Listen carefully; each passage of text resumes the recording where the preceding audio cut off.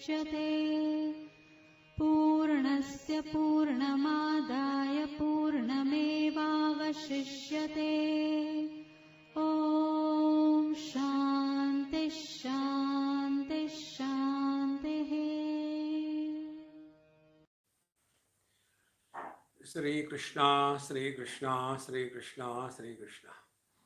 गुरुर्ब्रह्मा गुरुर्विष्णुः गुरुर्देवो महेश्वरः गुरु साक्षात् परं ब्रह्म तस्मै श्री गुरवे नमः। तस्मै श्री गुरवे नमः। सबसे महत्व की आध्यात्मिक साधना है सत्संग।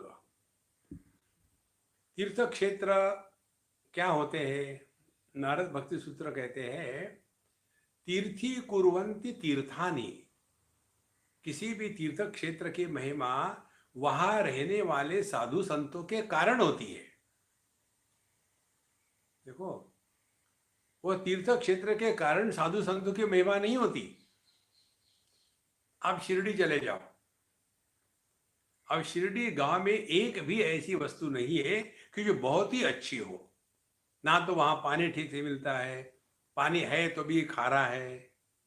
देखो, या आप गणेशपुरी चले जाओ, गणेशपुरी कितना है, इकट्ठा कोने में पड़ा हुआ है।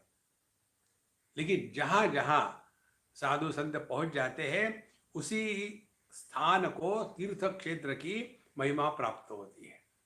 तीर्थी कुर्वन्ति तीर्थानि।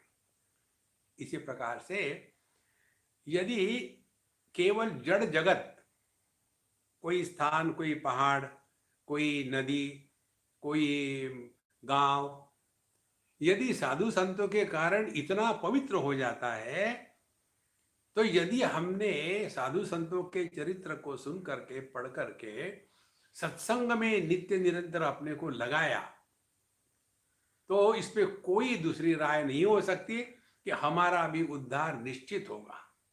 देखो, भगवान से भी ज्यादा भगवान के चरित्र भक्त जो है उनके चरित्र से हमको लाभ होता है। भगवान ग्रेट तो है, उसमें क्या खास बात है, हो गई, वो तो भगवान ही है ना। हमको चाहिए कोई हमारे जैसा, जो हमारे जैसा होते हुए भी अपने इस प्रभु के प्रति समर्पित होने के कारण अपनी सब गलत विचारधाराओं को नष्ट करके नई विचारधारा निर्माण नहीं करता। इसलिए व्यक्ति के जीवन में यह सत्संग जरूर है। और सत्संग में हमको जो बातें मिलती है ना, वो पुस्तकों में नहीं मिलती। देखो,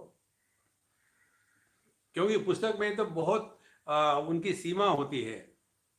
इतने ही पन्ने होने चाहिए, एक पेज पर इतने अक्षर हो सकते हैं, इसकी कीमत इतनी होगी, और पढ़ने वाले का मूड कैसा है, समझ में आता है कि नहीं आता। लेकिन जब सत्संग में जाते हैं, इसीलिए वेदांत में श्रवण मनन निधिध्यासन कहा है। देखो, श्रवण कहा है, पठन नहीं कहा है। इसीलिए हम लोग महाराज जी के बारे में स्वामी अखंडायनी से सीख रहे हैं, शरीर और प्राण की गति के दृष्टा बनने का अभ्यास करना चाहिए। एक आंध्र के महात्मा थे, पता नहीं कौन थे, कहाँ थे, उनको अंग्रेजी हिंदी नहीं आती थी और मुझे तेलुगु नहीं आती। एक बार हमको वो मिले और वो तेलुगु में बोलते गए और मैं सुनता गया, हाँ हाँ करता गया। जब वो चले गए तो एक तीसरे सज्जन ने कहा कि स्वामी जी, आप तो तेलुगु जानते नहीं हो, और वो तो तेलुगु में बोल रहे थे, आपने हाँ हाँ करते गए, ये कैसे हुआ? हमने कहा देखो, उन्होंने जो कहा मुझे समझ में आया है, और उनको भी ये समझ में आया कि मुझे समझ में आया है। बोले क्या बताया उन्होंने? वो गृहस्थ थे, सब छोड़ छाड़ कर निकल गए थे। बोले उनकी साधना ये थी, हमने उनको कहा कि ये एक ही साधना करते थे, वो शिरडी साईं बाबा के भगत थे, कि शिरडी साईं बाबा मुझे देख रहे हैं, एक ही साधना उनकी, वो मुझे देख रहे हैं, और वो इसी को लेकर के मैं पूरा जीवन चल रहा हूं, और मुझे सब परिवर्तन अपने आप अंदर से आ गए। माने क्या, ध्यान से सुनना, ये उदाहरण हमने आपको दिए कई बार। यदि ये छोटे बच्चों की स्कूल में बच्चे गड़बड़ कर रहे हैं और कोई कह दे कि मिस आ रही है, तो सब शांत हो जाते हैं ना, क्योंकि जिसके प्रति आदर है, जिसके प्रति डर है, उसके होने का भान होने मात्र से अपने मन बुद्धि प्राण व्यवहार और बोलना सब कुछ बदल जाता है।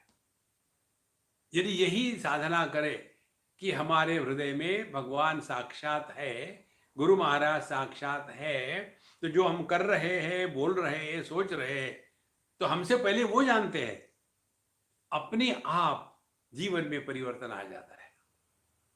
देखो, इसीलिए शरीर और प्राण की गति के दृष्टा बनने का अभ्यास करना चाहिए।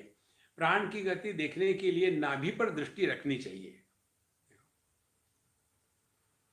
ये भिन्न भिन्न योग की प्रक्रिया है, ये सभी के सभी करने की आवश्यकता नहीं।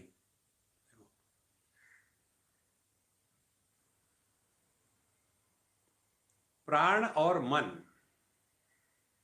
ये दोनों एक दूसरे से जुड़े हुए हैं और दोनों के साथ तीसरा शरीर भी जुड़ा हुआ है। देखो, तो जब हमारा शरीर स्थिर है तो प्राण की गति स्थिर हो जाती है और मन भी शांत होता है। ध्यान से सुनना, यदि शरीर स्थिर है और प्राण की गति बढ़ गई है और मन शांत है, फिर से सुनना, यदि शरीर स्थिर है लेकिन प्राण की गति बढ़ रही है और मन शांत हो रहा है, तो समझ लेना आप नींद में प्रवेश कर रहे हो। इसीलिए शरीर भी शांत रहे, प्राण भी शांत रहे, प्राणों की गति ना बढ़े और मन शांत रहे, तब हमारा मन चैतन्य में लीन होने के लिए जा रहा है। कितनी महत्व की बात है। जिन्होंने हमको सुना है उनको पता है, जब ध्यान के लिए बैठते हैं, शरीर स्थिर कर लिया, सर से पैरों तक लेकर के पूरा उसको रिलैक्स करके स्थिर कर लिया, उसके बाद हमारे सांस अपने आप शांत होने लग जाते हैं। माने हल्के पुल्के और धीमे धीमे चलेंगे। भगवान कृष्ण के शब्दों में नासाभ्यंतर चारिणों, अपने नासिका के अंदर ही मानो वो हवा हिल रही है, इतने सूक्ष्म हो जाते हैं। और यदि ये स्थिति हम लंबे समय तक रख सकते हैं, तो धीरे धीरे हमारा मन चैतन्य में लीन होने के लिए जा रहा है। ऐसे समय नींद नहीं आती। फिर देखो, लेकिन यदि शरीर स्थिर हो गया, मन भी स्थिर हो गया, लेकिन आपके प्राणों की गहराई बढ़ गई है, माने डीप ब्रीदिंग शुरू हो गई, तो समझ लेना आप नींद में प्रवेश कर रहे हैं। 3 स्थितियां आपको बता रहे, समझ लेना। यदि प्राणों की गति बढ़ डीप हो जाती है, गहराई हो जाती है, तो हम नींद में प्रवेश कर रहे हैं। यदि प्राणों की गति बढ़ जाती है, तो हमारा देह के साथ तादात्म्य हो रहा है। देह से का तादात्म्य होगा तो प्राण विक्षेपित हो जाते हैं। और यदि हमारे जो प्राण चल रहे हैं शांत बैठने के बाद, वो धीमे हैं और हल्के हैं, तब समझ लेना हमारा जो मन है अब वो चैतन्य की तरफ अग्रसर हो रहा है। माने उस ज्ञान से, मन भी ज्ञान है, चैतन्य भी ज्ञान है, माने उस ज्ञान से अब अनात्म भाव निकल रहा है। जब प्राण गहरे होते हैं, नींद माने अनात्म भाव में लीन होना, और प्राण जब जल्दी जल्दी चलते हैं तो देहात्म भाव की तरफ चल पड़ना मन का, माने वो भी अब हम अनात्म भाव को महत्व दे रहे हैं।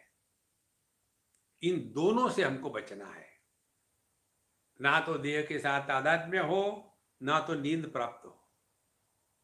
तो ऐसा जो मन है, ये मन अब चैतन्य में प्रवेश करने के लिए तैयार है। माने क्या, माने अब उसमें से अनात्म भाव का महात्म्य धीरे धीरे कम हो रहा है। शरीर और प्राण की गति से दृष्टा बनने का अभ्यास करना चाहिए। प्राण की गति देखने के लिए नाभि पर दृष्टि रखनी चाहिए। शरीर न हिलेगा तो प्राण की गति बढ़ जाएगी। यदि शरीर न हिले, प्राण की गति बढ़ जाए, तो समझ लेना कि आपको निद्रा तंद्रा आ रही है। देखो, आपने यही कहा था ना कि झपकी आ रही है, और इसीलिए कई लोग साधक के जो बैठते हैं ध्यान के लिए तो वो झटका मेडिटेशन करते हैं। उस समय उनका मन प्रकृति में लीन होने के लिए जा रहा है, इसीलिए क्षण भर के लिए झपकी आ जाती है। तो अर्थात मन लय की दिशा में बढ़ रहा है। प्राण में मन का लय होने पर तमोगुण बढ़ता है। तमोगुण बढ़ना माने देह के साथ तादात्म्य हो जाना। मन में प्राण का लय होने पर सत्वगुण बढ़ता है, माने प्राण की गति तो बहुत धीमी हो गई है, लेकिन अब नींद नहीं आ रही है, तब समझ लेना सत्वगुण बढ़ गया। अभी आप लोगों ने 3 गुणों की बात 1000 बार सुनी होगी।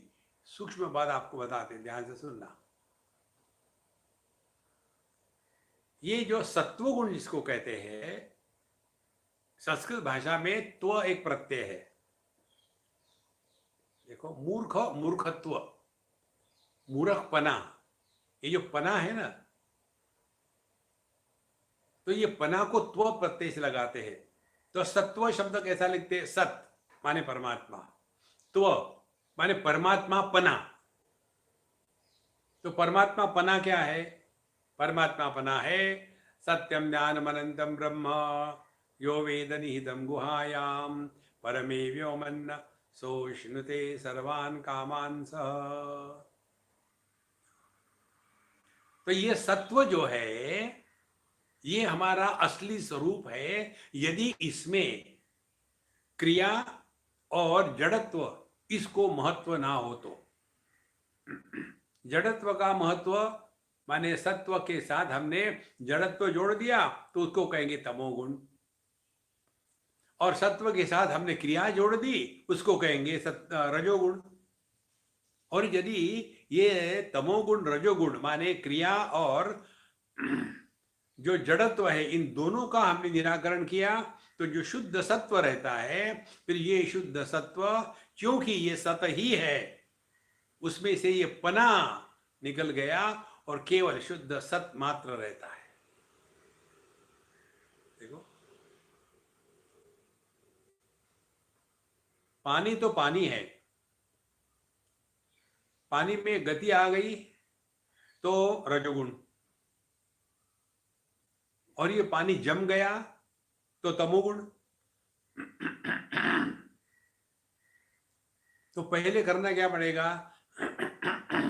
ये जमा हुआ पानी, बर्फ, इसको पिघलवाना।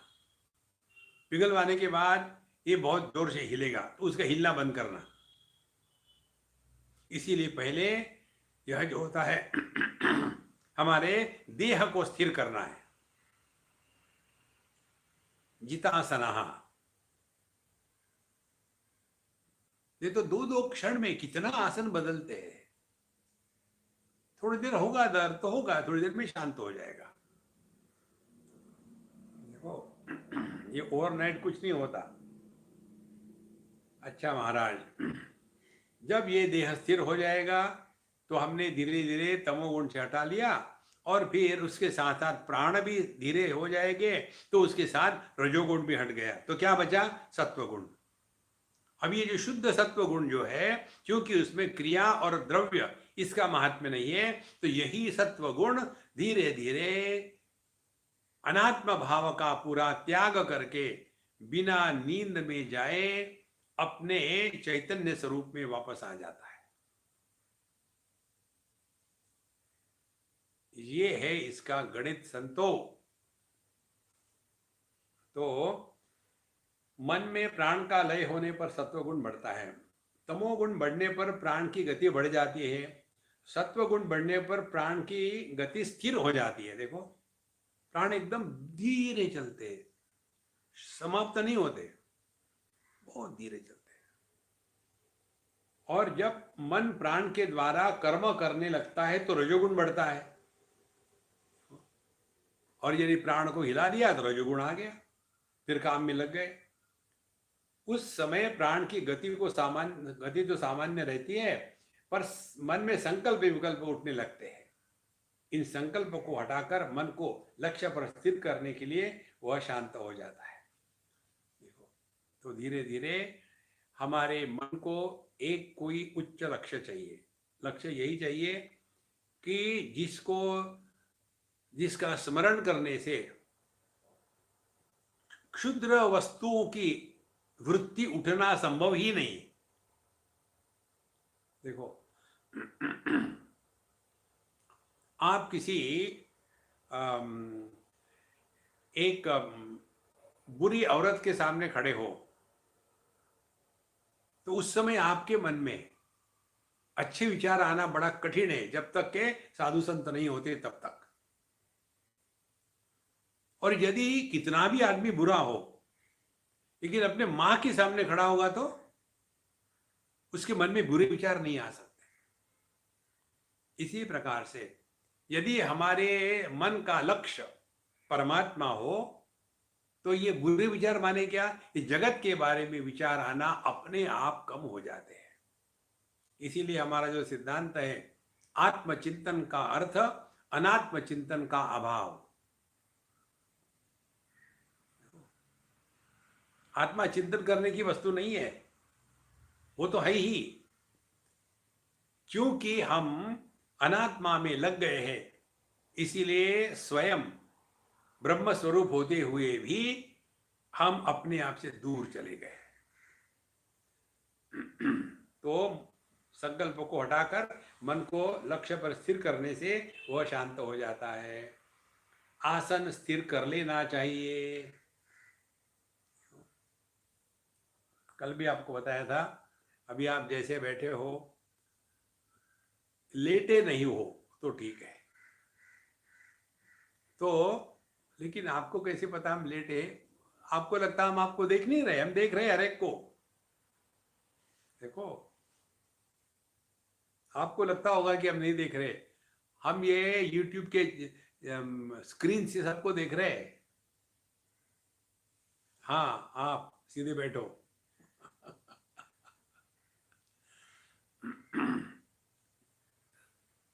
जो आसन का स्थैर्य है वो प्राणों के गति को भी स्थिर कर देता है और उसके द्वारा मन भी स्थिर हो जाता है। और फिर अपने आप आपकी आंखें बंद हो जाएगी, प्राण बहुत धीमे चलेंगे। तो ये गति से स्थिति के तरफ जाने की प्रक्रिया में पहले शरीर के गति को माने हिलना डुलना ये बंद करना पड़ता है। इसीलिए आसन स्थिर कर लेना चाहिए। हर काम करते समय, हर काम करते हुए बैठने का जब प्रसंग आए तो स्थिर आसन से ही बैठे। और कोई भी काम कर रहे हो, आप लैपटॉप के सामने बैठे हो तो स्थिर बैठे, खाने के लिए बैठे तो स्थिर बैठे। कई लोगों को आदत होती है ना, बैठे बैठे कुर्सी पर अपनी टांगे हिलाते रहते, 2 क्षण शांत नहीं रह सकते। या तो फिर कोई अपने नाखून खाते रहता है। देखो महाराज, यह जो है ये अपने मन का डर है कि कहीं हम गायब न हो जाए, इसीलिए ये मन अनेक प्रकार की कल्पना करता है। आप शांत बैठे हो, आपको ऐसे लगेगा कि आपके सर पर खुजली आ रही है। मत खुजलाओ, कुछ नहीं होगा, शांत हो जाएगा। इस मन के खेल है। इसीलिए ये आसन के स्थैर्य से हमारे ये मन की जो चालें है, ये सब चालें शांत हो जाती है। तो किसी भी काम में आए तो सिर्फ आसन से बैठे ही, आसन से ही बैठे। जब तक दुखने न लगे तब तक आसन को न बदले। फिर हमारा तो तुरंत दुखता है तो नाचते रहो, थोड़ा तो सहन करो महाराज।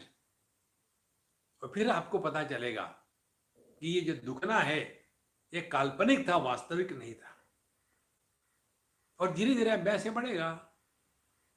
देखो, यदि आप वज्रासन में नहीं बैठ सकते तो रोज 5 सेकंड बैठने का अभ्यास करो, रोज सुबह उठे और आपका जो आप करते हैं योगाभ्यास इत्यादि, उसमें वज्रासन में बैठने का अभ्यास करो। बैठो और निकल जाओ, अरे राम अरे राम। दूसरे दिन फिर बैठो, निकल जाओ। धीरे धीरे आप वहां वज्रासन में बैठ पाओगे। अभ्यास से सब कुछ संभव है।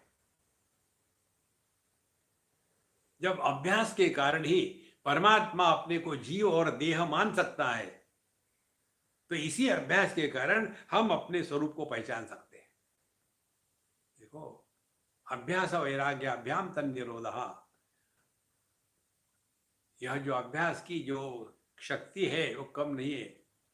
केल्याने होता है रे आदि केले जी पाए। शुरू तो करो, हो जाएगा। नहीं कैसे होगा? शुरू करो महाराज। हम लोग जो इंटेलेक्चुअल होते हैं ना, देखो सीधी बात है, क्या बिना तैरना आने पानी में कूदना चाहिए? क्या नहीं कूदना चाहिए? लेकिन बिना पानी में कूदे तैरना आ सकता है? क्या नहीं आ सकता है? तो क्या करें? तैरने पर पीएचडी करो और एक इंक्रीमेंट ले लो, और जब बाढ़ आएगी उसमें डूब मरो। देखो, आप ऐसा क्यों बता रहे? फिर ऐसे बेवकूफ को ऐसे ही बताना पड़ता है। तो करें क्या फिर? जिसको तैरना आता है उसको साथ लेकर के पानी में कूदो।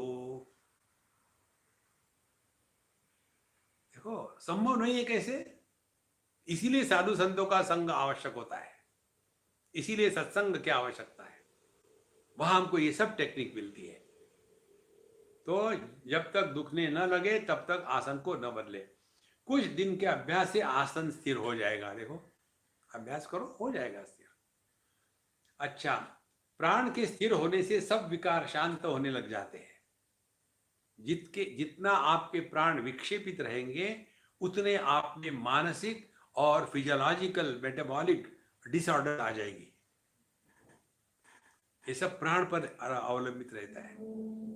देखो, प्राण की गति हमेशा संतुलित रहनी चाहिए।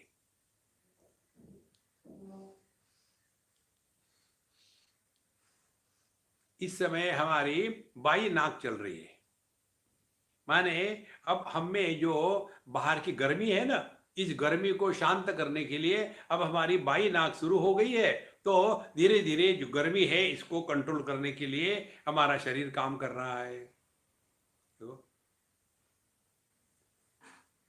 तो यह अपने शरीर में ये प्राणों के द्वारा हमारे जो आंतरिक क्रियाएं हैं, फिजियोलॉजी की इत्यादि, वो सब ठीक होते रहती है। इसीलिए प्राण के स्थिर होने से सब विकार शांत होने लग जाते हैं। भूख प्यास की बाधा जाती रहती है, फिर खूब खाना खो पीना ये अपने आप धीरे धीरे कम हो जाता है। ये सब लक्षण है।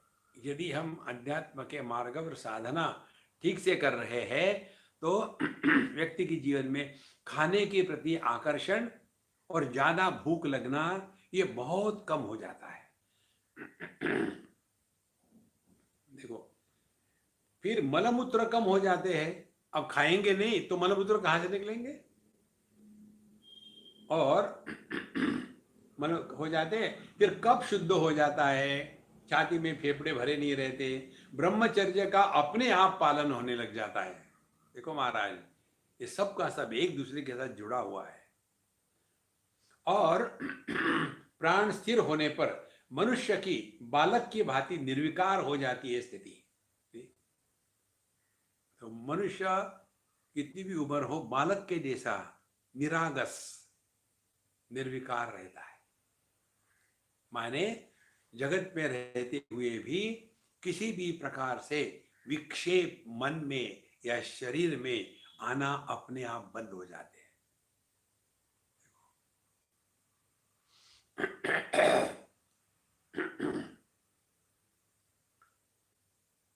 दृष्टा बनने की पद्धति बताते हुए श्री महाराज जी कहते थे, शरीर और प्राण भगवान की वस्तु है, यह मान लेना ही उचित है।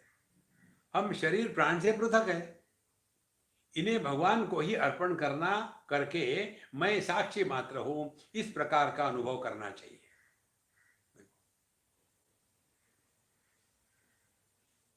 ये सब भावना प्रधान है।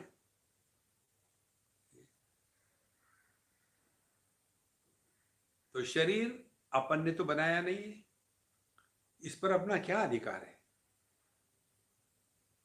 जैसे किराए के मकान में रहते हैं ना, तो कहने के लिए कहते कि मेरा ये मकान है, लेकिन मालूम है कि किराए पर है। देखो, और जब वहां का कॉन्ट्रैक्ट खत्म हो जाएगा निकल जाओ। देखो संतो, ये इतनी सहज सरल और पक्की बात है कि हम इस दुनिया में एक यात्री के जैसे आए हैं, मुसाफिर है। एक कहानी आप लोगों ने भी पढ़ी होगी। एक बार एक महात्मा कहीं जंगल में पहाड़ों में बैठे थे अकेले। छोटी सी कुटिया थी उनकी, हमारे जैसे लग्जरियस फ्लैट नहीं था। तो छोटी सी कुटिया थी और उसमें बैठे थे, एक आसन, उनकी पानी की बोतल बगल, अगल बगल में कुछ नहीं, दीवारें ही दीवारें, खाली एकदम। तो वहां एक ये जो होते हैं ना, जैसे होते हैं ना साधु हंटर्स, हेड हंटर्स के जैसे, ये पहुंचे वहां। पिट्ठू लगा हुआ है बैकपैक में, जूते बीते हैं, बाहर खोल दिए जूते, और जाकर के महाराज जी के सामने बैठे। महाराज जी मस्त बैठे थे, धुनी जल रही है और कुछ नहीं। तो उन्होंने कहा कि अरे आपके कमरे में कुछ भी नहीं है, इतना कम सामान से कैसे रहते हैं आप? तो उन्होंने पूछा तुम्हारे पास क्या है? बोले मेरा ये बैकपैक है, इसमें क्या क्या है? बोले इसमें मेरे एक दो ड्रेस है और पानी की बोतल है, जूते हैं, सॉक्स है, तौलिया है, इतना ही सिर्फ। बोले इतना इसीलिए क्योंकि मैं अभी यहाँ यात्रा पर आया हूँ, मेरा जो घर है वहां तो बहुत सारी चीजें हैं। फिर उस महात्मा ने कहा हाँ जी, यही बात हमारी है, हम इस दुनिया में यात्रा पर आए हैं, इसीलिए ज्यादा सामान इकट्ठा नहीं करना। हमारे वहां पूर्णमदः पूर्णमिदं पूर्णात् पूर्णमुदच्यते सब कुछ है। हम यहाँ हमेशा टिकने के लिए नहीं आए। इसका अर्थ ये नहीं है हम मरने की प्रतीक्षा कर रहे हैं। ध्यान से सुनना ये बात। कई लोग ये निगेटिव थिंकिंग में चले जाते हैं। निगेटिव थिंकिंग में मत जाना। कैसे निगेटिव थिंकिंग में जाते हैं? विशेष करके जो बुढ़ाऊ लोग हैं या जो डिप्रेस फ्रस्ट्रेटेड है, वो निगेटिव में जाते हैं। ये कहानी हमने आपको बताई थी। ये ऑस्ट्रेलिया में एक हमारे मित्र के यहाँ थे, उसके लड़के को लेके 5-6 साल का, हम निकले घूमने के लिए। शाम का समय था, सत्संग रात को था। तो वहाँ एक तालाब के पास जाके बैठे। तो जब हम निकल रहे थे घर से, तो उसके एनआरआई दादाजी आए हुए थे। तो उन्होंने कहा स्वामी जी मैं आपके साथ चल सकता हूँ क्या? मैंने मुझे कोई आपत्ति नहीं, लेकिन मैं आपको गोद भी नहीं लूंगा। बोले ठीक है।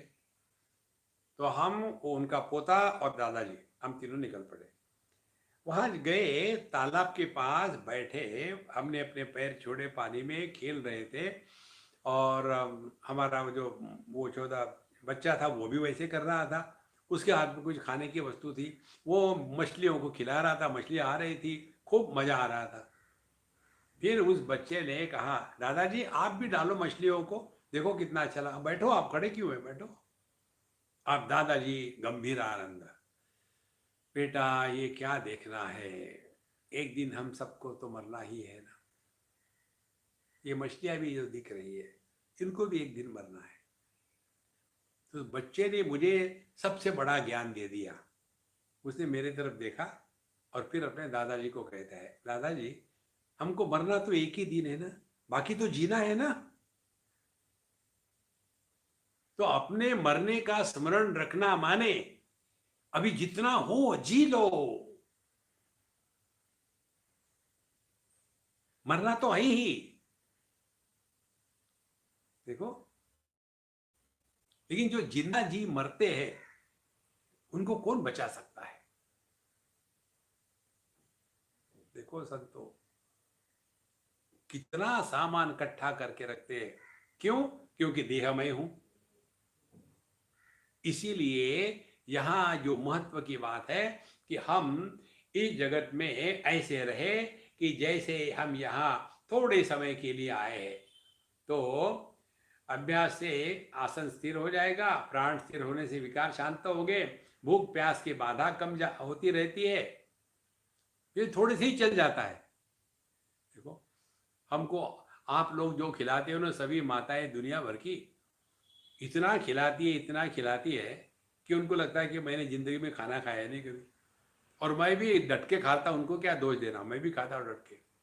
और फिर ये वजन बढ़ने लग जाता है, ये वजन बढ़ने लग जाता है। और अभी मैं देख रहा हूं इतना खाने की आवश्यकता ही नहीं है जितना मैं हमेशा खाता था। दिन में एक खाना बहुत हो जाता है, 3 बार भी खाने की आवश्यकता नहीं। जीवन में इतना आमूलाग्र परिवर्तन आ जाता है। इसीलिए यह शरीर और प्राण भगवान की वस्तु है, ये उन्हीं की मानना उचित है। हम उससे अलग होकर के रहे, माने मैं भगवान को अर्पण करके मैं साक्षी मात्र हूं। तो साक्षी का तात्पर्य समझदारी है। साक्षी माने हम टुकुर टुकुर देख रहे, इसको नहीं कहते। कब तक बट देखते रहोगे, समझना है। तो इसे फिर इसी प्रकार से साक्ष्य मात्र का अनुभव करना चाहिए।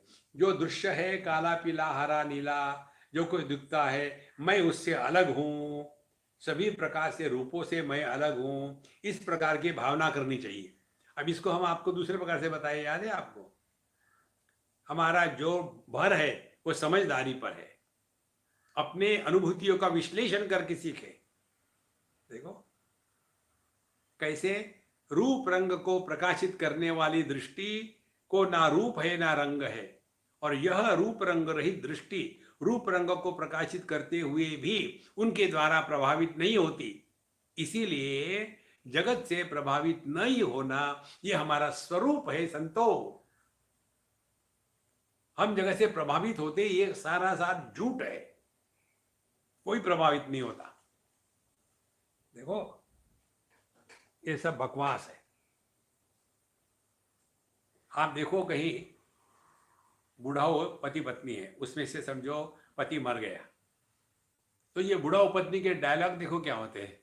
अब मेरा क्या होगा, अब तो मैं इनके सिवाय 1 मिनट भी नहीं जी सकती, हे भगवान मुझे उठा ले। उसके बाद सब कुछ हो जाता है। फिर जो थे बाकी के पोते नाते बच्चे बिच्चे, वो देखते कि चलो मम्मी भी कह रही जाने का, अच्छा इरादा है। और फिर 1 दिन हो गया, 2 दिन हो गए, 1 महीना, 2 दिन, 3 साल, 4 साल, और फिर बच्चे बुढ़ाओं को देते हैं याद, मम्मी तुम तो कह रही थी ना जब पापा गए थे कि तुम उनके सिवाय 1 मिनट भी नहीं रह सकती। अब 5 साल हो गए, क्या प्रोग्राम है आपका? देखो संतो, इस भ्रांति से अपने आप को मुक्त करना है। भ्रांति क्या है? हम जगत के प्रति आसक्त है, जगत के वस्तुओं के सिवा हमारा कुछ नहीं चल सकता। ये सब बकवास है। हम पिछले 30-40 दिन से कमरे के अंदर में बैठे हुए, सभी के सभी, एक नहीं। तो क्या फर्क पड़ रहा दुनिया को, क्या फर्क पड़ा अपने जीवन को? चल रहा है, पृथ्वी घूम रही है, दिन कट रहे, रातें जा रही है, खाना खा रहे, झगड़ा कर रहे, टीवी देख रहे, क्या फर्क पड़ा है? सब चल रहा है। यह जो हमारी भ्रांति है ना, इस भ्रांति से मुक्त होना केवल समझदारी से ही हो सकता है। देखो जैसे कपड़े को किसी स्टेन का दाग लगा हो तो स्टेनर रिमूवर करके ही उसको साफ किया जा सकता है, वहां जब करने से कुछ नहीं होगा। यदि मन में विक्षेप है तो मन के विक्षेप को निकालने के लिए समझदारी से ही ठीक होगा। देखो इसीलिए महाराज ये बहुत महत्व की बात है। तो इस प्रकार का अनुभव करना चाहिए। जो दृश्य है काला पीला हरा नीला, जो कुछ दिखता है उस सब से मैं अलग हूं। मैं ये कहने की जरूरत में हम है ही, देखो, जैसे हम किसी वस्तु को देखते हैं, अब ये दूसरी महत्व की बात, हम किसी वस्तु को जो देखते हैं, हमारी कल्पना है कि हम वस्तु को देख रहे हैं। असल में उस वस्तु का जो प्रतिबिंब है हमारे आंखों के लेंस के माध्यम से रेटिना पर पड़ता है, उसको मन ग्रहण करता है, और जिस मन में यह चैतन्य का प्रकाश पड़ा हुआ है, वहां उस वस्तु के प्रतिबिंब का ज्ञान होता है। वस्तु तो बाहर है ना। तो यदि हमने किसी का फोटो फाड़ दिया तो क्या वो आदमी मर गया? तो जो हम कल्पना करते हैं, हम वस्तुओं को देख रहे हैं। वास्तविकता ये है, हम किसी भी वस्तु का ज्ञान नहीं करते, केवल उसके प्रतिबिंब को ही जानते हैं।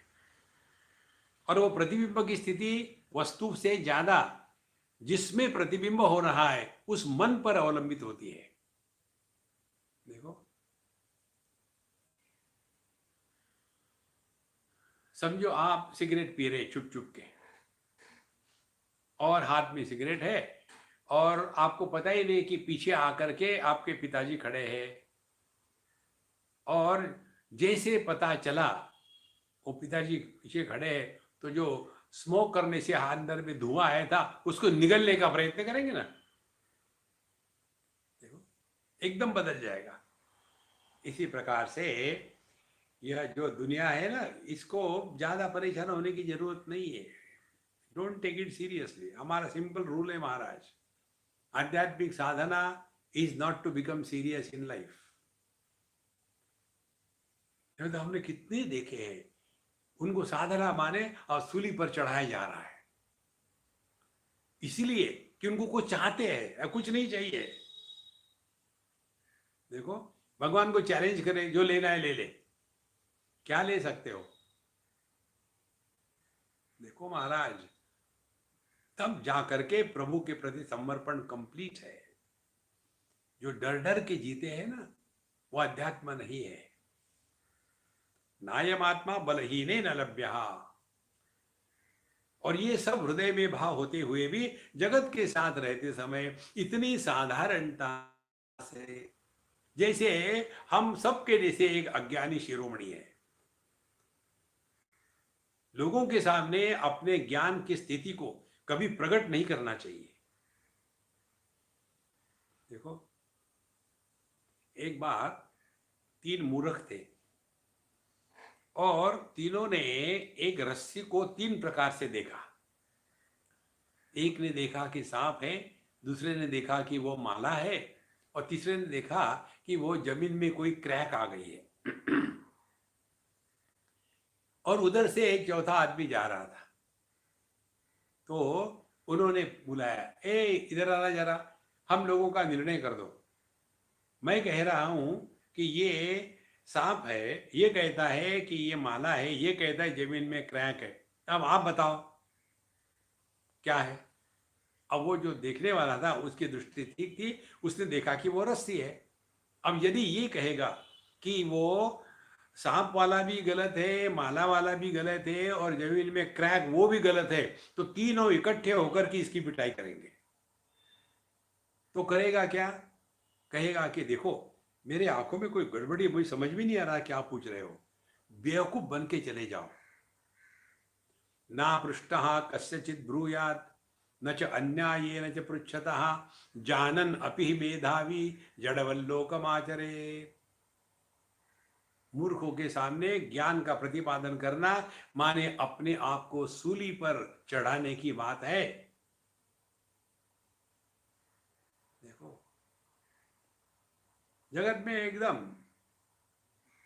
ऐसे सिंपल रहो कि कोई सस्पेक्ट भी ना करे कि आप कुछ जानते हो या आप कुछ साधना कर रहे हो। अच्छा महाराज, आगे कहिए, जो दृश्य है काला पीला हरा लाल, जो कुछ दिखता है, मैं सबसे अलग हूं, सभी प्रकार के रूपों से मैं अलग हूं, इस प्रकार की भावना करनी चाहिए। इसको हमने आपको कैसे बताया है?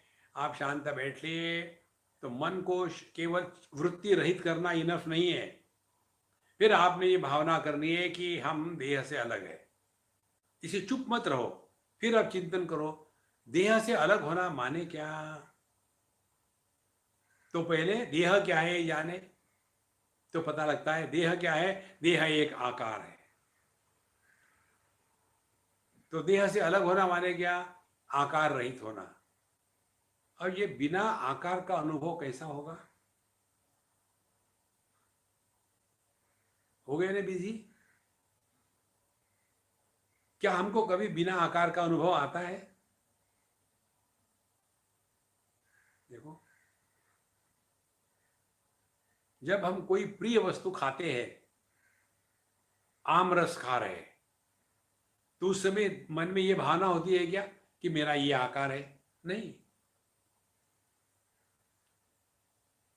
माने बिना आकार के भी हमारा अनुभव है, लेकिन इस अनुभव को पहचानना है। गहरी नींद में हमारा क्या अनुभव होता है? स्वप्न में हमारा क्या अनुभव होता है? सपने में हमने कौन से कपड़े पहने होते हैं? हमारा सपना ब्लैक एंड व्हाइट होता है कि कलर्ड होता है?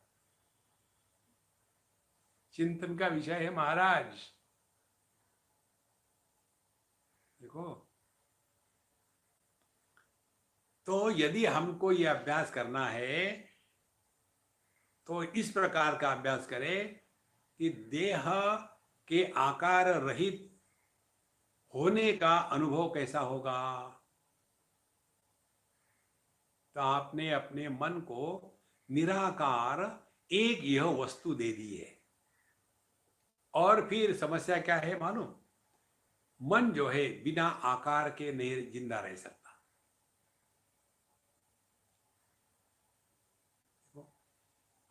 प्रकाश का कोई आकार नहीं है, और इसीलिए प्रकाश को हम ग्रहण नहीं कर सकते। देखो, सूर्य प्रकाश जब किसी वस्तु पर पड़ता है तो वो जो परावर्तित प्रकाश है वस्तु का, वो हमको दिखता है। सूर्य प्रकाश नहीं दिखता, क्योंकि उसका कुछ आकार है ही नहीं। निराकार को ग्रहण करने के लिए मन सक्षम नहीं है। फिर क्या हो जाता है? मन चैतन्य में वापस लौट जाता है।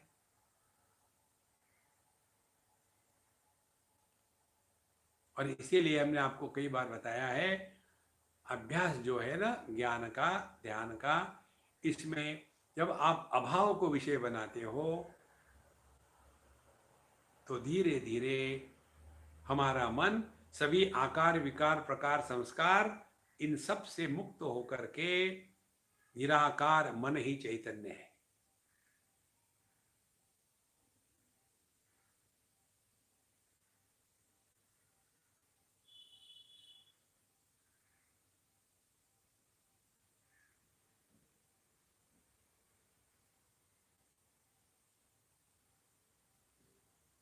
यह आपका जो अनुभव है, आप इनको शब्दों से नहीं बोल सकते क्या है ये अनुभव। लेकिन आप ये भी नहीं कह सकते मुझे कुछ अनुभव हुआ नहीं। यदि आप शब्दों से अपने अनुभव को कहने लगोगे तो आपका मन आपको बेवकूफ बना रहा है। देखो, मन हमको बेवकूफ बना रहा माने क्या? मन के इस कल्पना के साथ हमने तादात्म्य कर लिया। देखो, तो इतना कर लेने से उपरांत ऐसी भावना करनी चाहिए कि सुख, दुख, राग, द्वेष, हर्ष, शोक आदि मन की कल्पनाएं है, उनसे मैं सर्वथा अलग हूं। देखो, अल्टीमेटली बात वहीं आ जाती है। ये जितनी भी चीजें है ना, केवल अपनी मन की कल्पना मात्र है। ये जो सिद्धांत आपको बताते हैं, जिस वस्तु का मन में प्रवेश नहीं होता उस वस्तु की सत्ता हमारे लिए नहीं होती। हमारे लिए ना हो लेकिन दूसरों के लिए तो होती है ना। दूसरे को मारो गोली, अपनी देखो।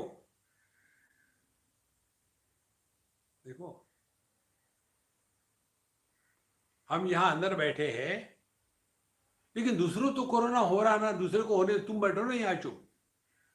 जब तक के अन्य के विचार मन में आते हैं तब तक के हमने साधना में प्रवेश नहीं किया है।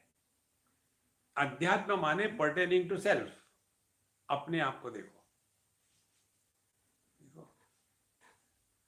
तो इसके लिए धीरे धीरे ये सब मन की कल्पनाओं से प्रभावित नहीं होना, और इसके लिए समझदारी की आवश्यकता है। समझदारी यही है, सुख को भी हम प्रकाशित करते हैं, दुख को भी प्रकाशित करते हैं। तो सुख दुख दोनों को प्रकाशित करता है, वो दोनों से तो अलग होगा ही ना।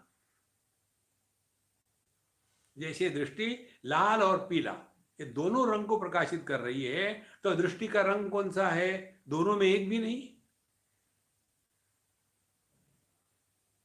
देखो, तो मन जो सुख दुख को प्रकाशित कर रहा है, तो मन क्या है? उसमें सुख भी नहीं, दुख भी नहीं है, लाभ भी नहीं, हानि भी नहीं, जय भी नहीं, पराजय भी नहीं।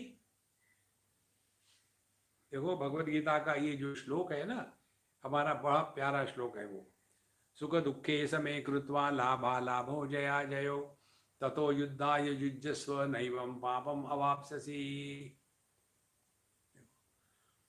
अपने मन के समत्व को रखना, ये सबसे बड़ी साधना है।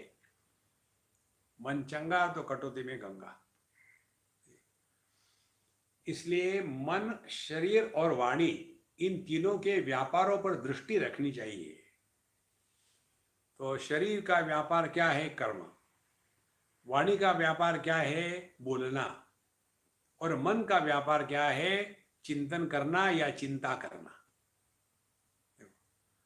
हर जगह दो है, मन में चिंतन करो या चिंता करो, वाणी से अच्छा बोलो या बुरा बोलो, शरीर से अच्छे कर्म करो, बुरा करो, हर जगह में द्वंद्व की उपलब्धि होती है। तो कहते हैं इनके व्यापारों पर दृष्टि रखनी चाहिए।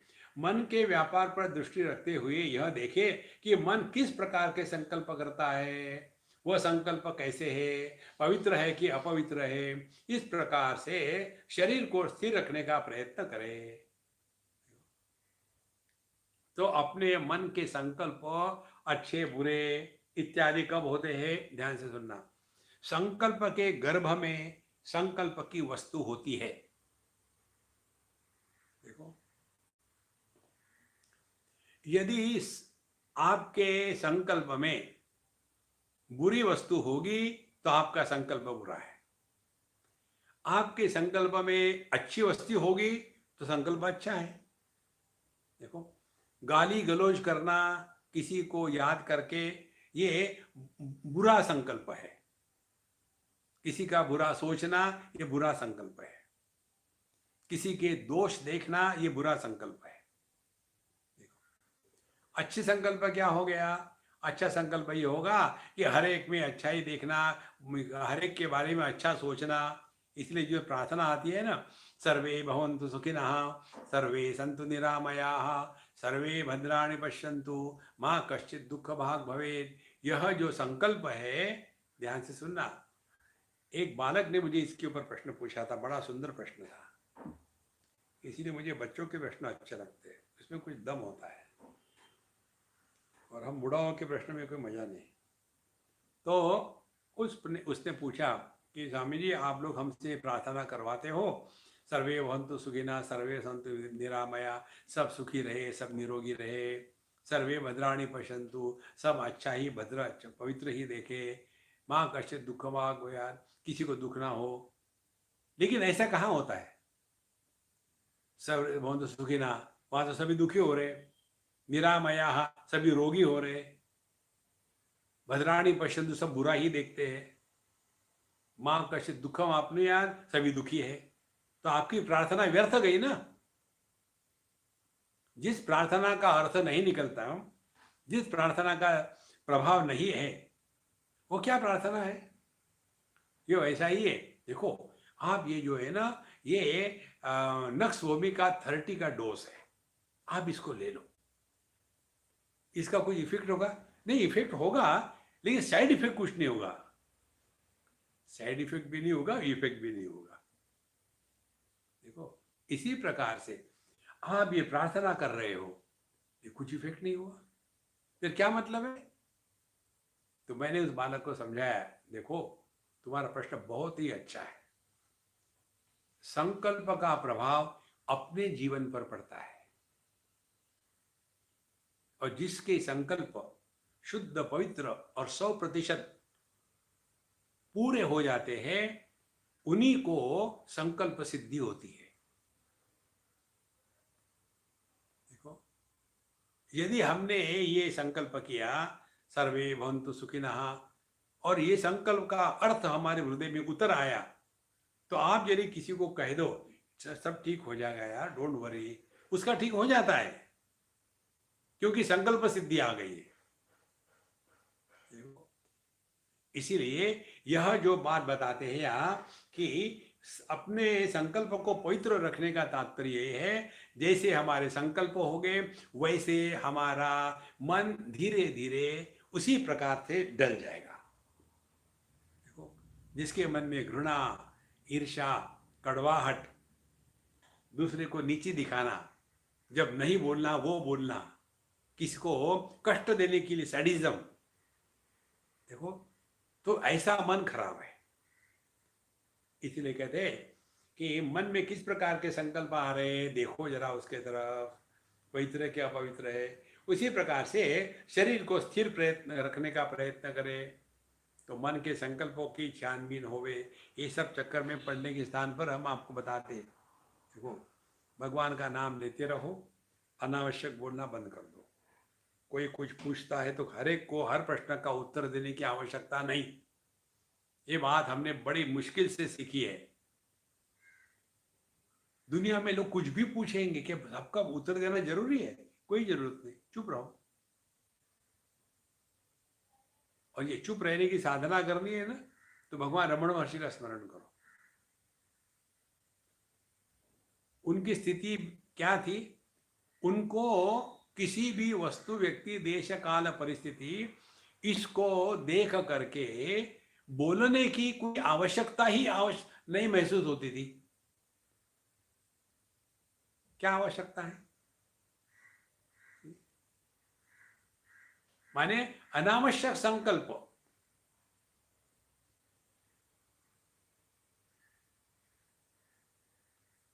केवल कितनी सहज साधना हो जाती है।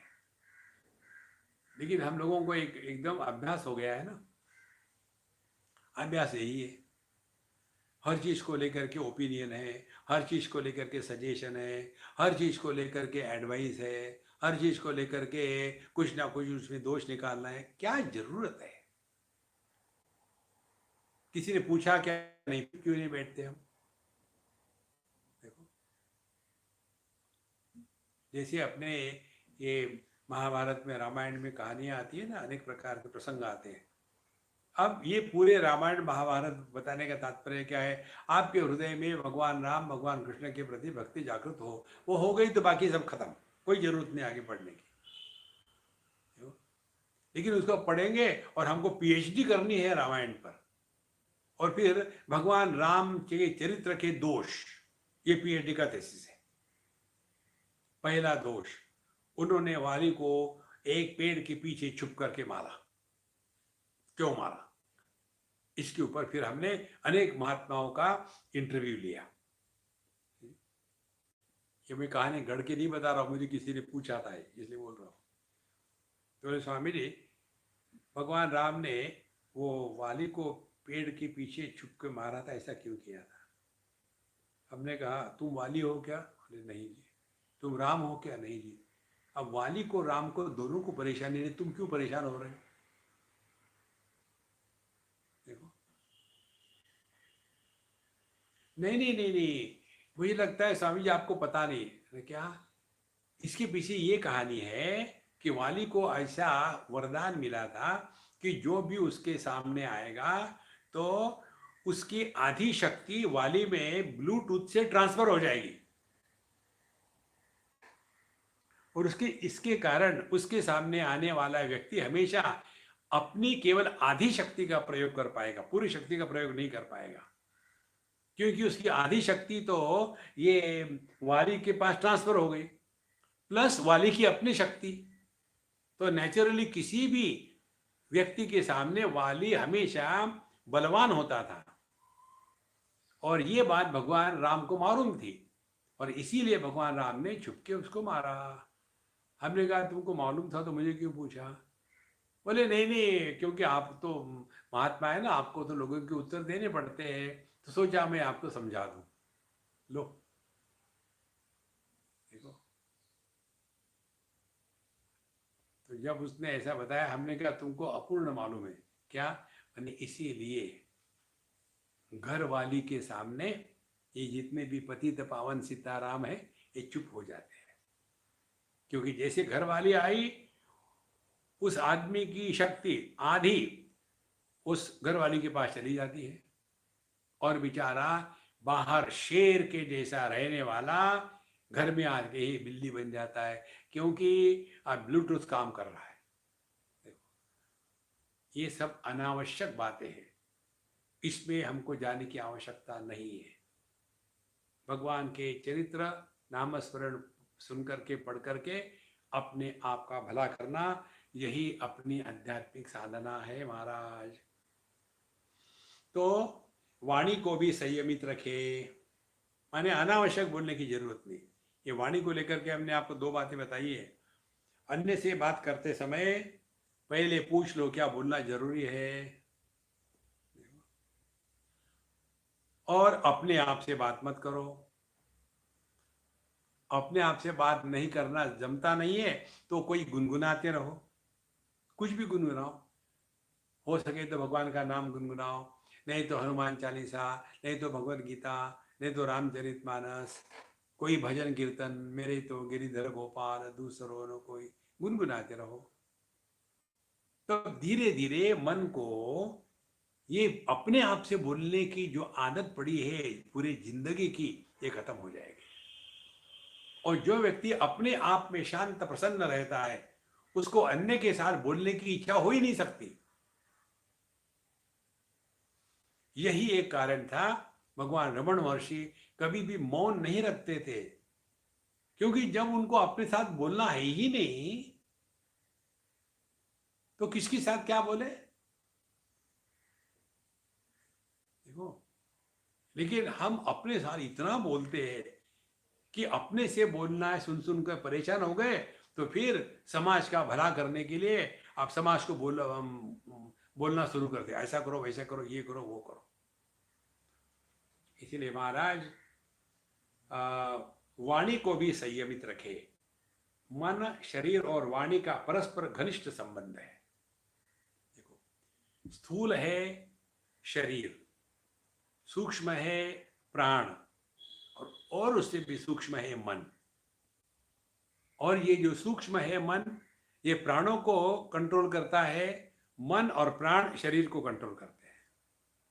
इसी प्रकार से शरीर यदि स्वस्थ है और स्थिर है तो आपका प्राण भी स्थिर और धीमे चलेगा, और यदि आपका प्राण धीमे और हल्का चलेगा तो आपका मन भी एकदम शांत रहेगा। इसलिए तीनों का संबंध एक दूसरे के साथ है। मन विक्षेपित है तो प्राण जोर से चलेंगे, प्राण जोर से चलेंगे तो आप शांत नहीं बैठ सकते, कुछ ना कुछ करेंगे, ये करो वो करो ऐसा करो, नहीं तो सो जाएंगे, आलस आएगा। इसलिए मन, शरीर और वाणी का परस्पर घनिष्ठ संबंध है। तीनों में से एक भी चंचल होने पर अन्य दो भी चंचल हो जाते हैं। देखो, यदि ये तीनों में से मन चंचल हो गया तो प्राण विक्षेपित हो गए, शरीर हिलने लगेगा। यदि शरीर विक्षेपित हो गया तो प्राण भी हिलते रहेंगे। जैसे आपको मैराथन दौड़ के आ जाओ, इतना दौड़ लगाने के बाद आपके प्राण शांत सहज नहीं रह सकते, वहां शुरू हो जाएगा भस्त्रिका। देखो, बड़ी महत्व की बात है महाराज। इसीलिए, और जो व्यक्ति बोलता है, अब जैसे मैं घंटे से बोल रहा हूं, अब ये बोलना वाणी की देवता अग्नि है, तो शरीर में इतनी गर्मी हो जाती है, और गर्मी के कारण फिर पूरे शरीर को पसीने से लथपथ हो जाता है आदमी, क्योंकि यह शरीर, वाणी और मन, ये तीनों एक दूसरे के साथ जुड़े हुए हैं। अच्छा महाराज, मन के व्यापार पर दृष्टि रखते हुए देखना कि संकल्प विकल्प कैसे इत्यादि। फिर संपूर्ण प्रपंच को उदासीन दृष्टि से देखने से वासनाओं का क्षय होकर निर्विकल्प समाधि लग जाती है। ये बहुत महत्व का विषय है निर्विकल्प समाधि का, इसको हम कल देखेंगे। ओम पूर्णमदः पूर्णमिदं पूर्णात् पूर्णमुदच्यते पूर्णस्य पूर्णमादाय पूर्णमेवावशिष्यते। ओम शांति शांति शांति। ॐ शान्ति शान्ति